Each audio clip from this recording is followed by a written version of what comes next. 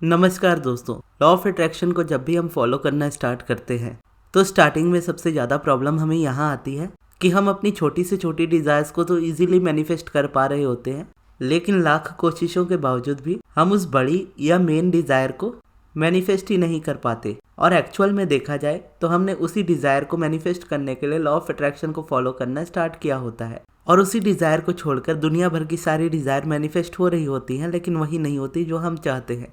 अगर आप ऐसी सिचुएशन में हो तो आज की वीडियो आपके लिए है। इस वीडियो में मैं आपको बताऊंगा कि कैसे अपनी बड़ी से बड़ी डिज़ायर्स को इजीली मैनिफेस्ट किया जा सकता है, जैसे आप अपनी छोटी डिज़ायर्स को करते हो।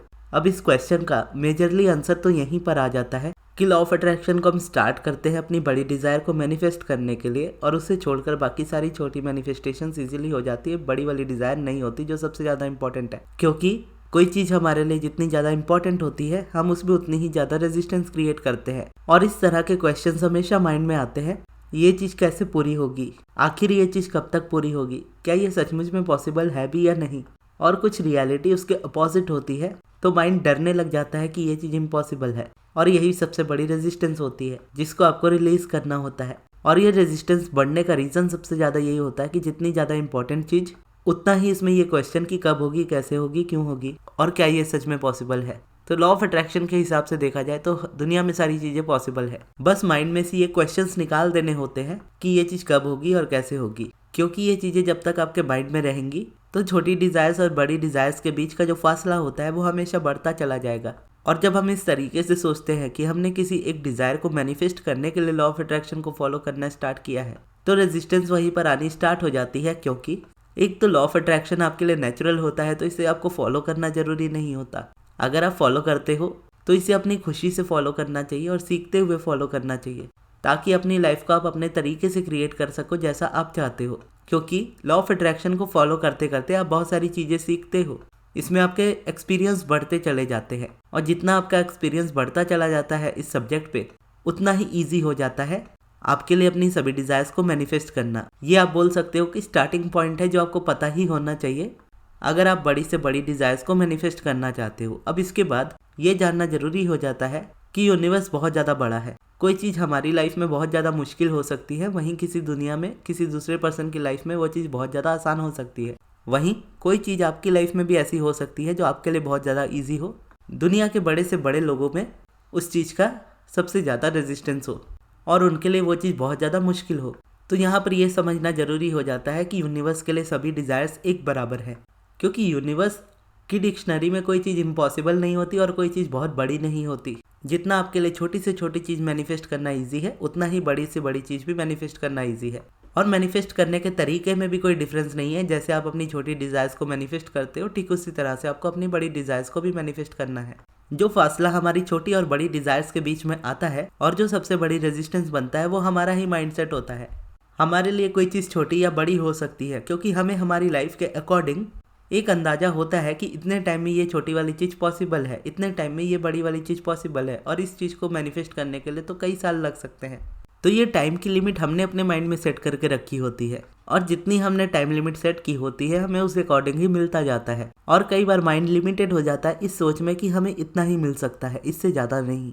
इस जगह पर आपका ये बिलीफ स्ट्रांग हो जाता है कि समय से पहले और किस्मत से ज़्यादा ना कभी किसी को मिला है ना मिलेगा। तो ऐसे में हम वक्त के भरोसे बैठे होते हैं और वक्त बीतता जाता है, लेकिन हमारी डिज़ायर्स मैनिफेस्ट नहीं होती। तो इसका रीज़न ही यही होता है कि हमारे माइंड में वो टाइम को लेकर रेजिस्टेंस बनी होती है। हमें लगता है कि ये चीज़ इतने टाइम में पॉसिबल है, और उतने टाइम में अगर होती हुई नहीं नज़र आ रही होती तो फिर माइंड रेजिस्टेंस क्रिएट कर देता है कि इसको बहुत ज़्यादा टाइम लगेगा। फिर टाइम और लगता है, फिर धीरे धीरे इसी तरह से करते करते वो चीज़ आपके लिए और इम्पॉसिबल होती चली जाती है। जबकि देखा जाए एक्चुअल में आपको अपनी डिज़ायर को मैनिफेस्ट करने के लिए जिद की ज़रूरत होती है। यानी आपको वो चीज़ चाहिए तो चाहिए, चाहे उसको जितना भी टाइम लगे, आपको वही चीज़ चाहिए। अगर इस तरह से जब आपका माइंड सेट होता है तो ये चीज़ की टाइम लिमिट को ब्रेक करना ईजी हो जाता है। और जब हमारे माइंड में टाइम लिमिट नहीं होती कि ये चीज़ हमें इतने टाइम में चाहिए, या इतने टाइम में हो जानी चाहिए, या इतने टाइम में नहीं हुआ तो कभी नहीं होगा, या ये हमारा लास्ट चांस है, इसके बाद कोई चांस नहीं है, इस तरीके से अगर आपका माइंड चलता जाता है तो टाइम लिमिट हमेशा बढ़ती जाती है और मैनिफेस्टेशन नहीं होती। लेकिन जब आप इसको ब्रेक कर देते हो अपने डिजायर को लेकर जिद्दी होकर कि यही चीज चाहिए तो यही चीज चाहिए, अब चाहे इसमें कोई भी टाइम लगे, कितना भी टाइम लगे, मैं देने को तैयार हूँ, लेकिन मुझे यही चीज चाहिए। और जब इतनी जिद आप पकड़ते हो किसी चीज को लेकर तो एक्चुअल में वो उतना टाइम लेती भी नहीं, क्योंकि टाइम की लिमिट माइंड में होती है, यूनिवर्स में नहीं। टाइम का सोच सोच कर ही हम अपने डिजायर को डिले करते जाते हैं और जब टाइम लिमिट नहीं होती तो वो चीज इजीली हमारी लाइफ में मैनिफेस्ट होती है। लेकिन ये चीज समझनी होती है कि एक जेस्टेशन पीरियड होता है, यानी जिस चीज को जितना टाइम लगता है उतना ही टाइम लगेगा, उससे ज्यादा नहीं। जैसे आप अपने घर से अपने ऑफिस के लिए निकलते हो और ऑफिस की दूरी आपके घर से आधे घंटे की है, तो आपको माइंड में पता रहता है कि इतने ही टाइम लगेगा, इससे कहीं ज्यादा नहीं लगेगा, और उतने ही टाइम में आप देखोगे तो हमेशा अपने ऑफिस में इजीली पहुंच भी जाते होंगे अपने डिस्टेंस और टाइम के हिसाब से। लेकिन डिजायर में ये बात आती है कि डिजायर में आपको पता नहीं होता कि उसका एक्चुअल टाइम कितना है जितने में वो चीज पूरी होगी, और वो टाइम नहीं पता होने की वजह से हमें लगता है कि ये चीज बहुत ज्यादा टाइम लेगी और इस वजह से वो टाइम लेती चली जाती है। तो यही रीजंस होते हैं आपकी लाइफ में आपकी बड़ी डिजायर्स के मैनिफेस्ट नहीं होने का। तब इसको चेंज कैसे करें?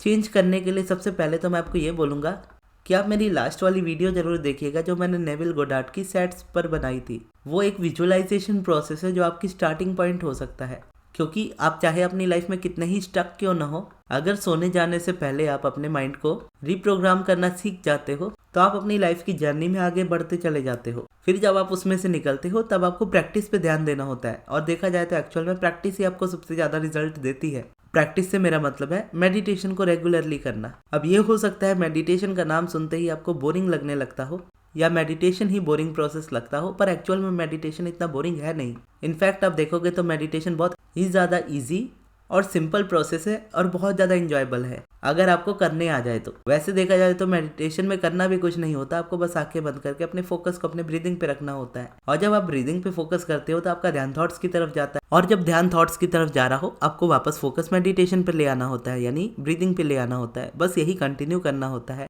क्योंकि शांत रहने की हमारी हैबिट नहीं होती। इसकी वजह से स्टार्टिंग में रेजिस्टेंस ज़्यादा आता है, या कॉन्ट्रास्ट आप बोल सकते हो, ज़्यादा आता है स्टार्टिंग में। तो उस जगह पर आपको डील करना पड़ता है, क्योंकि अगर आप मेडिटेशन करने लगते हो और कंसिस्टेंसी से करने लगते हो तो आपकी लाइफ को चेंज होने से कोई नहीं रोक, और कंसिस्टेंसी ही सबसे ज़्यादा रिजल्ट्स देती है आपको।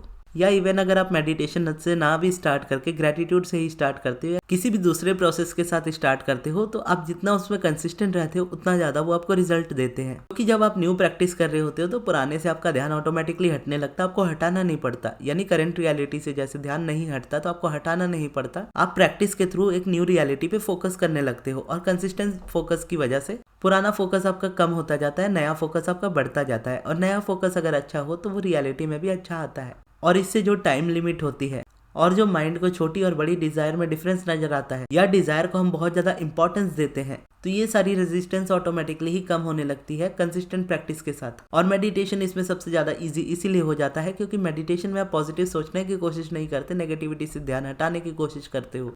और लाइफ में कई बार सिचुएशंस ऐसी हो सकती हैं जहां पर आप पॉजिटिव ना सोच पाओ, लेकिन नेगेटिविटी से ध्यान हमेशा हटाया जा सकता है। इसके लिए मेडिटेशन सबसे ज्यादा इजी होता है। और मेरे चैनल पर मेडिटेशन से भी रिलेटेड वीडियोस हैं जो मैं फॉलो करता हूं, और मेरी क्लासेस में भी मैं वही सिखाता हूं। तो इस तरीके से आप अपनी जर्नी स्टार्ट कर सकते हो, और जैसे जैसे आप अपनी लाइफ में आगे बढ़ते चले जाओगे कंसिस्टेंसी के साथ, आपको रिजल्ट 100% मिलेंगे ही मिलेंगे। और एक सबसे ज्यादा इंपॉर्टेंट चीज चाहिए होती है, वो है पेशेंस। क्योंकि रेजिस्टेंस की हैबिट आपने एक बार में डेवलप नहीं की होती तो उसको रिमूव भी एक बार में नहीं किया जा सकता। आज जो आपके स्ट्रॉन्ग बिलीव्स हैं वो कभी ना कभी एक सिंगल थॉट थे, और उस थॉट पे फोकस होने की वजह से वो चीज़ आपका बिलीफ बनी और फिर वो रियलिटी बनती चली गई। उसी तरीके से आप एक न्यू थॉट, एक न्यू फीलिंग क्रिएट करना जब स्टार्ट करते हो तो वो भी एक सिंगल थॉट या एक सिंगल डिजायर से हो सकता है।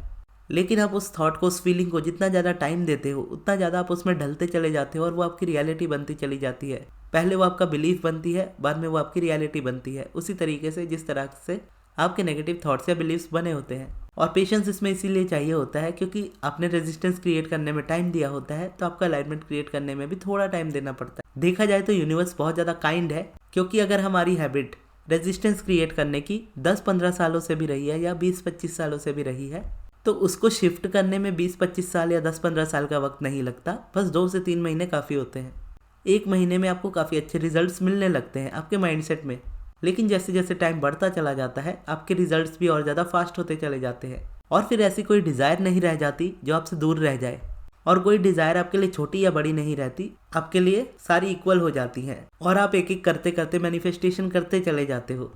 और कंसिस्टेंसी का एक बेनिफिट ये भी है, यानी प्रैक्टिस का एक बेनिफिट ये भी है कि आप जितनी प्रैक्टिस करते चले जाते हो, मैनिफेस्टेशन तो होती चली जाती है, लेकिन उसके साथ ही साथ आपकी लाइफ अमेजिंग होती चली जाती है, जो आपकी लाइफ की हैप्पीनेस को इतना ज़्यादा बढ़ा देती है कि वो और हैप्पीनेस को अट्रैक्ट करती है। फिर वो और हैप्पीनेस जब आपके अंदर आती है तो वो और हैप्पीनेस को अट्रैक्ट करती है। और हैप्पीनेस जुड़ी किससे होती है? आपकी डिजायर से। जब आपकी डिजायर मैनिफेस्ट होती है, चाहे वो छोटी हो या बड़ी हो, आपको हैप्पीनेस की एक फीलिंग आती है। और जितनी ज़्यादा डिजायर बड़ी वाली मैनिफेस्ट होती जाती है, उतनी ज़्यादा हैप्पीनेस की फीलिंग्स आती जाती है। या इस शब्द को अगर आप घुमा कर समझ लो तो ये इस तरीके से हो जाता है कि जितना ज़्यादा आप हैप्पी होते चले जाते हो, उतनी ज़्यादा बड़ी से बड़ी डिजायर्स आपकी मैनिफेस्ट होती चली जाती है, क्योंकि यूनिवर्स को पता होता है कि आपको क्या चीज़ खुशी देगी, आपको क्या चीज़ बहुत ज़्यादा खुशी देगी। आप खुशी की फीलिंग में रहोगे, आपको यूनिवर्स वो चीज़ें देगा जिसमें आप खुश रह सको। और जब आप बहुत ज़्यादा खुशी की फीलिंग क्रिएट करो तो यूनिवर्स आपको वो देने लगेगा जो आप अपनी लाइफ में पाकर बहुत ज़्यादा खुश हो जाओ। लेकिन एक तरीके से देखें तो इसका अपोजिट भी वैसा ही होता है कि जब आप बुरा फील करते हो या नेगेटिव फील करते हो, तो जितना नेगेटिव आप फील करते जाते हो, उतना ज़्यादा यूनिवर्स आपको नेगेटिविटी देता जाता है आपकी लाइफ में। और देखा जाए तो थॉट्स और रियलिटी पे हमारा कई बार कंट्रोल नहीं होता, लेकिन इतना है कि प्रैक्टिस हम इजीली कर सकते हैं। और प्रैक्टिस आपकी नेगेटिविटी को कम करती जाती है तो पॉजिटिविटी ऑटोमेटिकली आने लगती है। और अगर आप मैनिफेस्ट करना चाहते हो एक्चुअल में अपनी सभी डिज़ायर्स को, तो मेडिटेशन तो आपके लिए ज़रूरी हो जाता है। तो आप मेरी वीडियोस से ही देखकर आप स्टार्ट कर सकते हो मेडिटेशन। अगर आप मुझसे पर्सनली सीखना चाहते हो तो मेरे फरवरी वाले महीने के LOA बैच को ज्वाइन कर सकते हो, जिसमें मैं 21 डेज़ के लिए आपको सिखाऊंगा कि मैं क्या करता हूँ मेरी लाइफ में। मेडिटेशन, पॉजिटिव एस्पेक्ट्स और पिवटिंग मेथड, ये 3 चीज़ें मैं करता हूँ और इन्हीं 3 चीज़ों को मैं सबसे ज़्यादा सिखाता हूँ। और अगर आप ज्वाइन करना चाहते हो तो आप मेरे मैनेजर अमृत को कांटेक्ट कीजिएगा उनके व्हाट्सएप नंबर पर। उनका व्हाट्सएप नंबर मैं आपको कमेंट बॉक्स में दे दूंगा इस वीडियो के। लेकिन क्लासेस ज्वाइन करने से पहले मेरी ये अनाउंसमेंट वाली वीडियो जरूर देख लीजिएगा फरवरी महीने के बैच की, जो आपकी स्क्रीन के लेफ्ट साइड पर आ रही होगी। इसमें मैंने बताया है कि क्लासेस में एक्चुअल में क्या होने वाला है, और इस वीडियो को देखने के बाद फिर आप कॉन्टैक्ट कर सकते हो चाहो तो। और ये वीडियो आपको कैसी लगी कमेंट बॉक्स में जरूर बताइएगा। और इस वीडियो को यहाँ तक देखने के लिए बहुत बहुत धन्यवाद।